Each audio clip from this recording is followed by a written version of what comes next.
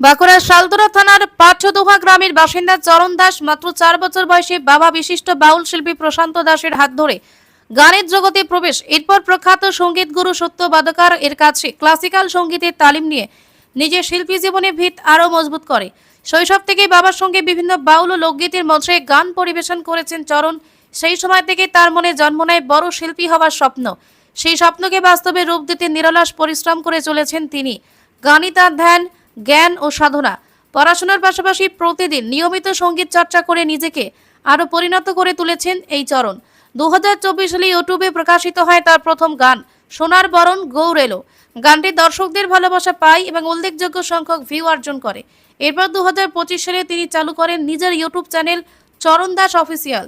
ধারাবাহিকভাবে নতুন নতুন গান প্রকাশ করতে থাকেন সেই চ্যানেলে।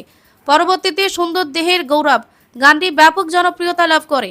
দর্শকদের ভালোবাসার পাশাপাশি আজ বাংলার একাধিক জনপ্রিয় শিল্পীও তাঁর লেখা শুরু করা গান পরিবেশন করেছেন, যা একজন তরুণ শিল্পীর কাছে নিঃসন্দেহে বড় স্বীকৃতি।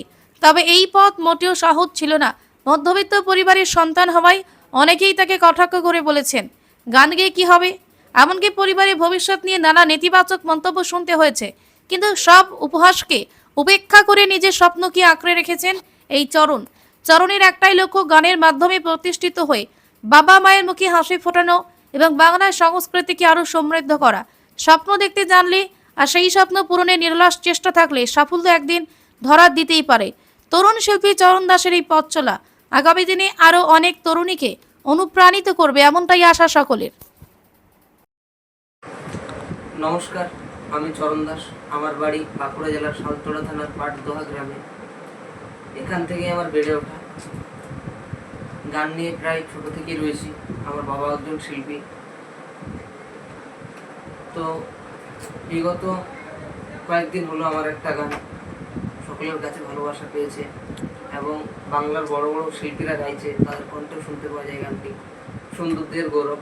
গানটি আমার অফিসিয়াল ইউটিউব চ্যানেলে চরণ দাস অফিসিয়ালে আপলোড করা আছে। গানটি প্রায় এখন কয়েক লক্ষ ভিউজ গানটিতে। ফেসবুকেও অনেক জনপ্রিয়তা লাভ করেছে গানটি, ফেসবুক, ইনস্টাগ্রাম এবং ইউটিউব। তো আজকে এই গানটি যে ভাইরাল হয়েছে, আমাকে মানুষের যেটুকু ভালোবাসা দিচ্ছে, ভালোবাসছে, সবই আপনাদের আশীর্বাদ, আমার গুরুর কৃপা, আমার বাবা মার আশীর্বাদ। সকলে আশীর্বাদ করবেন যেন এই পথে এগিয়ে যেতে পারি, ভবিষ্যতে আরও ভালো ভালো গান উপহার দিতে পারি এবং বাংলার লোক সংস্কৃতিকে দেশে বিদেশে ছড়িয়ে দিতে পারি। পিস নিউজ বাংলা, সত্যের পক্ষে, শান্তির পথে।